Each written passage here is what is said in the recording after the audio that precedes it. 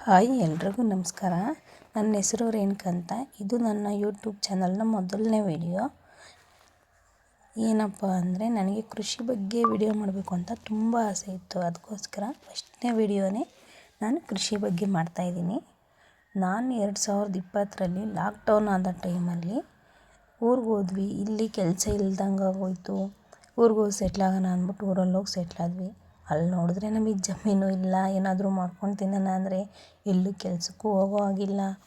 ಮನೇಲಿ ಜೀವನ ಮಾಡೋದು ತುಂಬ ಕಷ್ಟ ಆಗೋಯಿತು. ಆಗೇನು ಐಡಿಯಾ ಮಾಡಿದ್ವಿ ಅಂದರೆ ನಾವು ನಮ್ಮ ಮನೆಯವ್ರಿಗೆ ಅಂತ ಆಸ್ತಿ ಕೊಟ್ಟಿದ್ದು 10 ಗುಂಟೆ ಅಷ್ಟೇ ಜಮೀನು ಇದ್ದಿದ್ದು ನಮ್ಮದು. ಆ 10 ಗುಂಟೆ ಜಮೀನು ಫುಲ್ ಎಲ್ಲ ಗಿಡ ಕಳೆ ಎಲ್ಲ ಬೀಳ್ಕೊಂಡು ಭಾಳ ಬಿದ್ದಿತ್ತು. ನಮ್ಗೆ ಆ ಟೈಮಲ್ಲಿ ಅನಿಸಿದ್ದು ಏನಾದರೂ ಮಾಡಬೇಕು ಇದರಲ್ಲಿ, ಏನು ಸುಮ್ಮನೆ ಕುತ್ಕೊಳ್ಳೋದು ವೇಸ್ಟು, ಏನಾದರೂ ದುಡಿಬೇಕು ಅನ್ನೋ ಆಟಕ್ಕೆ ಆ 10 ಗುಂಟೆ ಜಮೀನನ್ನ ಕ್ಲೀನ್ ಮಾಡಿಬಿಟ್ಟು ಒಂದು ಬೋರ್ ಪಾಯಿಂಟ್ ಮಾಡಿಸಿದ್ವಿ ಫಸ್ಟು. ಅದು ನಮ್ಮ ಅದೃಷ್ಟನೋ ದೇವ್ರು ನಮ್ಮ ಮೇಲೆ ಇಟ್ಟಿರೋ ಪ್ರೀತಿನೋ ಗೊತ್ತಿಲ್ಲ. ಕನಿಷ್ಠ ಒಂದು 2.5 3 ಇಂಚ್ ನೀರು ಬಿತ್ತು.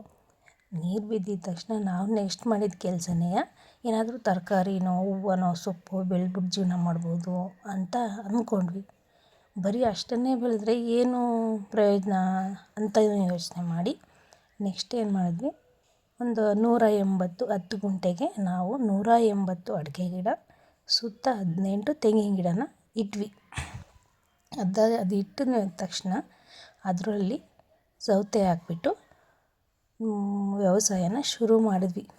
ನಮಗೆ ಫಸ್ಟ್ನೇ ಬೆಳೆಯಲ್ಲಿ ಸೌತೆಯಲ್ಲಿ 3 ತಿಂಗಳಿಗೆ ಬಂದಿದ್ದ ಆದಾಯ ಎಷ್ಟು ಗೊತ್ತಾ? ಖರ್ಚು, ಬೀಜ, ಗೊಬ್ಬರ, ಔಷಧಿ, ದಾರ ಮತ್ತು ಅದೆಲ್ಲ ಫುಲ್ಲು ತೆಗೆದು ನಮಗೆ ಉಳಿದಿದ್ದು 78,000 ರೂಪಾಯಿ. ನಾವು ಲಾಕ್ಡೌನಲ್ಲಿ ಏನೂ ಕೆಲಸ ಇಲ್ಲದೆ ಇರೋ ಟೈಮಲ್ಲಿ ಫಸ್ಟ್ ಪೇಮೆಂಟು ಅಂತ ತೊಗೊಂಡಿದ್ದು 3 ತಿಂಗಳಿಗೆ 78,000 ರೂಪಾಯಿ ತೊಗೊಂಡ್ವಿ. ಆವಾಗ ನಮಗೆ ಅನಿಸಿದ್ದೇನು ಅಂದರೆ ನಾವು ಕೃಷಿ ಮಾಡಬೇಕು ಅನ್ನೋ ಇದ್ದೇ ಇರಲಿಲ್ಲ. ನಮಗೆ ಅನಿವಾರ್ಯತೆ ಅವಶ್ಯಕತೆ ಆ ಟೈಮಲ್ಲಿ ಇದ್ದಿದ್ದರಿಂದ ಮಾಡೀವಿ. ಇನ್ನೂ ಒಂದೇನೆಂದರೆ ಕಷ್ಟ ಬಿದ್ದು ಭೂಮಿ ನಂಬಿ ನಾವೇನೇ ಮಾಡಿದ್ರೂ ಎಂದಲ್ಲ ಒಂದು ದಿನ ಭೂಮಿ ಕೈ ಬಿಡಲ್ಲ ಅನ್ನೋದಕ್ಕೆ ಸಾಕ್ಷಿ. ಇವತ್ತು 5 ವರ್ಷ ಆಗಿದೆ ನಾವು ಅಡಿಕೆ ಗಿಡ ಇಕ್ಕಿ. 5 ವರ್ಷ ಒಂದು 5 ತಿಂಗಳು. ಇವತ್ತು ನಾವು ಮೊದಲನೇ ಫಸಲು ಅಡಿಕೆನ ಕೊಯ್ದಿದ್ದೀವಿ.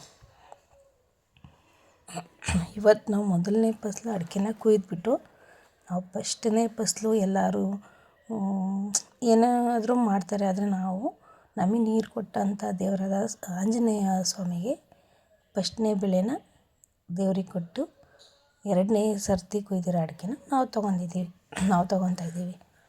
ಇಲ್ಲೇನೆಂದರೆ ಎಲ್ಲರೂ ಕೃಷಿ ಮಾಡೋಕ್ಕಾಗಲ್ಲ, ಕೃಷಿ ಕಷ್ಟ, ಅದರಲ್ಲಿ ಏನೂ ಉಳಿಯಲ್ಲ, ಲಾಭ ಇಲ್ಲ, ಇರೋರು ಯೋಚನೆ ಅಂತಾರೆ ಕೃಷಿ ಅಂದರೆ ಮಾಡೋಕ್ಕಾಗಲ್ಲ, ಕಷ್ಟ, ಅದರಲ್ಲಿ ಏನಿಲ್ಲ, ಎಲ್ಲ ಲಾಸು, ಲಾಭ ಇಲ್ಲ, ಮಾಡೋಕ್ಕಾಗಲ್ಲ ಅಂತ. ಆದರೆ ನಾವು ಏನು ಪ್ರೂವ್ ಮಾಡಬೇಕು ಅಂತ ಇದ್ದಿದ್ದು ಅಂದರೆ ಇರೋದು ಬರೀ 10 ಗುಂಟೆ ಜಾಗದಲ್ಲಿ ಏನಾದರೂ ಮಾಡಿ ಸಾಧನೆ ಮಾಡಬೇಕು ಅನ್ನೋದು ಅಷ್ಟೇ ನಮ್ಮ ಮೈಂಡ್ ಇದ್ದಿದ್ದು. ಇದು ನೋಡಿ ಟ್ರೆಂಚ್ ಹೊಡೆಸಿರೋದು ನಮ್ಮ ತೋಟದ ಪಕ್ಕದಲ್ಲಿ. ಏನಕ್ಕೆಪ್ಪ ಅಂದರೆ ನಮಗೆ ಸಾವಯವ ಗೊಬ್ಬರ ಮಾಡ್ಕೋಬೇಕು. ಅದರಲ್ಲಿ ನಾವೇನು ಮಾಡ್ತೀವಿ, ಈ ತೋಟದಲ್ಲಿ ಬೀಳೋವಂಥ ಅಡಿಕೆ ಗರಿ, ತೆಂಗಿನ ಗರಿ, ಕಸ, ಹುಲ್ಲು ಅದನ್ನೆಲ್ಲ ಈ ಥರ ತುಂಬ್ತೀವಿ. ಟ್ರೆಂಚಿಗೆ ತುಂಬಿಬಿಟ್ಟು ಮೇಲ್ಗಡೆ ಮಣ್ಣು ನೀರು ಹಾಕಿದ್ರೆ, ಸಗಣಿ ಮಣ್ಣು ನೀರು ಎಲ್ಲ ಹಾಕಿದ್ರೆ ಅದು ಕಾಂಪೋಸ್ಟ್ ಗೊಬ್ಬರ ಆಗುತ್ತೆ.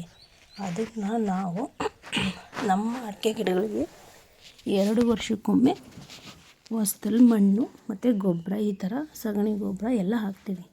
ಇದೇ ನೋಡಿ ನಮ್ಮ ಹೊಲದಲ್ಲಿ ನಾವು ಬೋರ್ ಕೊರೆಸಿದಾಗ ನೀರು ಬಿದ್ದಿರೋಂಥದ್ದು. ಬರೀ 245 ಅಡಿ ಬೋರ್ ಕೊರೆಸಿರೋದಷ್ಟೇ ನಾವು. 2.5 3 ಇಂಚ್ ನೀರು ಬರುತ್ತೆ ಎನಿ ಟೈಮ್. ಎಂಥ ಬೇಸಿಗೆ ಟೈಮಲ್ಲೂ ಸಮೇತ ನೀರು ಕಡಿಮೆ ಆಗಲ್ಲ. ದೇವರು ನಮಗೆ ಎಷ್ಟು ಥ್ಯಾಂಕ್ಸ್ ಹೇಳಿದರೂ ಸಾಲದು. ಕೆಲವರಿಗೆ ಜಮೀನು ಇರುತ್ತೆ, ನೀರು ಬೇಕು, ನಾವು ವ್ಯವಸಾಯ ಮಾಡ್ತೀವಿ, ಬೇಸಾಯ ಮಾಡ್ತೀವಿ, ಏನಾದರೂ ಮಾಡ್ತೀವಿ ಅಂತಾರೆ. ಅಂಥವ್ರಿಗೆ ನೀರೇ ಸಿಗಲ್ಲ. ನಮಗೆ ಎಷ್ಟೊಂದು ನೀರು ಕೊಟ್ಟಿದ್ದಾರೆ, ಆದರೆ ನಮಗೆ ಜಮೀನೇ ಇಲ್ಲ ಮಾಡೋಕ್ಕೆ. ಏನು ಮಾಡೋಕ್ಕಾಗಲ್ಲ. ನಾವು ಎಷ್ಟಿದೆಯೋ ಅಷ್ಟರಲ್ಲೇ ಬದುಕಬೇಕು ಅನ್ನೋದು ನಮ್ಮ ಮೈಂಡು. ಇವತ್ತು ನಾವು ಅಂದ್ಕೊಂಡಿರೋದೇನು ಅಂದರೆ ಈ 10 ಗುಂಟೆಲಿ ಏನಾದರೂ ಮಾಡಿ ಸಾಧನೆ ಮಾಡಿ ನಾವು ಒಬ್ಬರು ಮಾದರಿ ಆಗಬೇಕು ಅನ್ನೋದಷ್ಟೇ ಆಸೆ ಇದ್ದಿದ್ದು. ಏನೂ ಆಗೋದೇ ಇಲ್ಲ. ಅದರಲ್ಲಿ ಏನು ಬೆಳೀತಾರೆ ಇವರು? ಅಯ್ಯೋ 18 ತೆಂಗಿನ ಗಿಡ ಇಕ್ಕಿದ್ದಾರೆ 10 ಗುಂಟೆಗೆ, ಇವ್ರು ಕಾಯಿ ಕಿತ್ತರು, ಎಳ್ನೀರು ಕುಡಿದ್ರು, ಇವ್ರ ಕೈಲಿ ಎಲ್ಲ ಆಗುತ್ತೆ ಅಂದವ್ರಿಗೆಲ್ಲ ಇವತ್ತು ಉತ್ತರ ಕೊಟ್ಟಿದ್ದೀವಿ. ಬೆಳೆದಿದ್ದೀವಿ, ತೆಂಗು ಬಂದಿದೆ, ಅಡಿಕೆನೂ ಚೆನ್ನಾಗಿ ಬಂದಿದೆ, ಅಡಿಕೆ ಫಸಲನ್ನು ತೊಗೊಂಡಿದ್ದೀವಿ ಫಸ್ಟ್ನೇ ಬೆಳೆನ. ಅದಕ್ಕಿಂತ ಖುಷಿ ಏನೂ ಇಲ್ಲ ಬಿಡಿ. ಈ ನಾವು 5 ವರ್ಷ ಕಷ್ಟಪಟ್ಟು ಮಾಡಿದ್ದೀವಲ್ಲ, ಅದಕ್ಕೆ ಪ್ರತಿಫಲ ಬಂದಾಗ ಆಗೋ ಖುಷಿ ರೈತರಿಗೆ ಏನು ಕೊಟ್ಟರೂ ಸಿಗಲ್ಲ. ಅಷ್ಟು ಖುಷಿ ಕೃಷಿಯಲ್ಲಿ ಸಿಗುತ್ತೆ. ಒಂದು ಆರೋಗ್ಯ ಚೆನ್ನಾಗಿರುತ್ತೆ, ನೆಮ್ಮದಿ ಇರುತ್ತೆ, ಎಲ್ಲ ಇರುತ್ತೆ. ಆದರೆ ಏನು ಮಾಡೋದು, ನಮ್ದು ಅಷ್ಟೇ ಇರೋದ್ರಿಂದ ಜಮೀನು, ನಾವು ಆ ಟೈಮಲ್ಲೆಲ್ಲ ಸಾಲ ಮಾಡಿದ್ದು. ಒಂದು 3-4 ಲಕ್ಷ ಸಾಲ ಮಾಡಿದ್ವು. ಬೋರು, ಮೋಟ್ರು ಮತ್ತು ಅಡಿಕೆ ಗಿಡ ಇಡೋಕ್ಕೆ ಎಲ್ಲ ಮಾಡಿದ್ವಿ. ಅದು ಇದು ಖರ್ಚು. ಫಸ್ಟು ಟೈಮ್ ಮಾಡಬೇಕಂದ್ರೆ ಎಲ್ಲರೂ ಬಂಡವಾಳ ಹಾಕೇ ಮಾಡಬೇಕು. ಬಂಡವಾಳ ಇಟ್ಕೊಂಡು ಯಾರೂ ಮಾಡೋಕ್ಕಾಗಲ್ಲ. ಆಗಿನ ಪರಿಸ್ಥಿತಿಲಿ ನಾವು ಲಾಕ್ಡೌನಲ್ಲಿ ಬಂಡವಾಳ ನಾವು ಕೈಯಿಂದ ಸಾಲ ಮಾಡಿ ಹಾಕಿ ಮಾಡಿದ್ವಿ. ಬಟ್ ಏನೂ ತೊಂದರೆ ಇಲ್ಲ. 1-2 ವರ್ಷ 3 ವರ್ಷ ಊರಲ್ಲಿದ್ವು. ಲಾಕ್ಡೌನು ಮುಗೀತು. ನೆಕ್ಸ್ಟು ಇನ್ನೂ ಏನಾದರೂ ಬರೀ ಅಷ್ಟರಲ್ಲೇ ಏನೂ ಮಾಡೋಕ್ಕಾಗಲ್ವಲ್ಲ. ಅದನ್ನು ನಮ್ಮ ಅತ್ತೆಯವ್ರನ್ನ ನೋಡ್ಕೊತೀನಿ, ನೀವು ಇನ್ನೂ ಸ್ವಲ್ಪ ದುಡ್ಕೊಳ್ಳಿ ಏನಾರು ಮಾಡೋಣ ಅಂತ ಇದು ಮಾಡಿದ್ಮೇಲೆ ಮತ್ತೆ ನಾವು ಬೆಂಗಳೂರಿಗೆ ಬಂದ್ವಿ. ಮತ್ತೆ ಬೆಂಗಳೂರಿಗೆ ಬಂದು 2 ವರ್ಷ ಈಗ ದುಡಿದ್ವಿ. ಮತ್ತು ನಮಗೇನು ಪ್ಲ್ಯಾನ್ ಇದೆ ಅಂದರೆ, ಊರಿಗೆ ಹೋದರೆ ಶೆಡ್ ಮಾಡಬೇಕು, ಒಂದು 10 ಹಸು ಸಾಕಬೇಕು, ಡೈರಿಗೆ ಹಾಲು ಹಾಕಿ ಜೀವನ ಕಟ್ಕೋಬೇಕು. ನಾವು ಇನ್ನೂ ಸ್ವಲ್ಪ ಜಮೀನೆಲ್ಲಾದರೂ ತೊಗೋಬೇಕು. ಈಗ 5 ವರ್ಷ ಬೆಳೆ ಇರಲ್ಲ ಅಲ್ವಾ, ಆ ಟೈಮಲ್ಲಿ ನಾವು ದುಡ್ಕೊಂಡ್ಲೇಬೇಕು, ಬೇರೆ ವಿಧಿ ಇಲ್ಲ. ಹಾಕಿದ ತಕ್ಷಣ ಯಾವುದೂ ಫಲನೂ ಸಿಗಲ್ಲ, ಕಷ್ಟಪಟ್ಟರೆ ಜೀವನ ಮುಂದೆ. ಅದಕ್ಕೆ ಬೆಂಗಳೂರಿಗೆ ಬಂದ್ವಿ, ದುಡಿದ್ವಿ. ಇದು ನಮ್ಮ ಹಸು. ಇದು ನೋಡಿ ನಮ್ಮ ಪಕ್ಕದಲ್ಲೇ, ನಮ್ಮ ಹೊಲದ ಪಕ್ಕನೇ ಇರೋ ಕೆರೆ ಕೊಡಿ. ಇದು ನಾವು ಫಸ್ಟ್ನೇ ಬೆಳೆ ಅಡಿಕೆ, ನಾವು ಬೆಳೆದಿರೋಂಥದ್ದು. ಇದನ್ನು ದೇವ್ರಿಗೆ ಕೊಟ್ಬಿಟ್ಟಿದ್ದೀವಿ, ಫಸ್ಟ್ನೇ ಬೆಳೆ. ಇದನ್ನು ನೋಡಿದ್ರೆ ಎಷ್ಟು ಖುಷಿ ಆಗುತ್ತೆ ಗೊತ್ತಾ. ಇದು ನಮ್ಮೂರು ದೇವರು ಆಂಜನೇಯ ಅಂತ. ಇದಕ್ಕೆ ಅಪ್ಪ ಎಷ್ಟು ಥ್ಯಾಂಕ್ಸ್ ಹೇಳಿದ್ರು, ಎಷ್ಟು ಕೃತಜ್ಞತರಾಗಿದ್ದರೂ ಸಾಕಾಗಲ್ಲ. ಇದರ ಆಶೀರ್ವಾದನೇ ಈ ಫಲ ಸಿಕ್ಕಿರೋದು ನಮಗೆ. ಇಲ್ಲಿ ನೋಡಿ, ಈ ಫಲ ತುಂಬ ಚೆನ್ನಾಗಿ ಬಂದಿದೆ ದೇವ್ರ ಕೃಪೆಯಿಂದ. ಅದರ ಜೊತೆಗೆ ನಾನು ಹಸು ಸಾಕಾಣಿಕೆ ಮಾಡ್ತೀವಿ, ಮತ್ತು ಬ್ಲೌಸ್ ಎಲ್ಲ ಹೊಲಿತೀನಿ, ಎಲ್ಲನೂ ಬರುತ್ತೆ, ಮಾಡ್ತೀನಿ. ಏನೇನು ಬರುತ್ತೆ ಎಲ್ಲ ಕಲಿಬೇಕಲ್ವ ಜೀವನದಲ್ಲಿ. ಕಲ್ತಿದ್ದೀನಿ, ಎಲ್ಲ ನೋಡಿದ್ದೀನಿ, ಮಾಡ್ತಾಯಿದ್ದೀನಿ.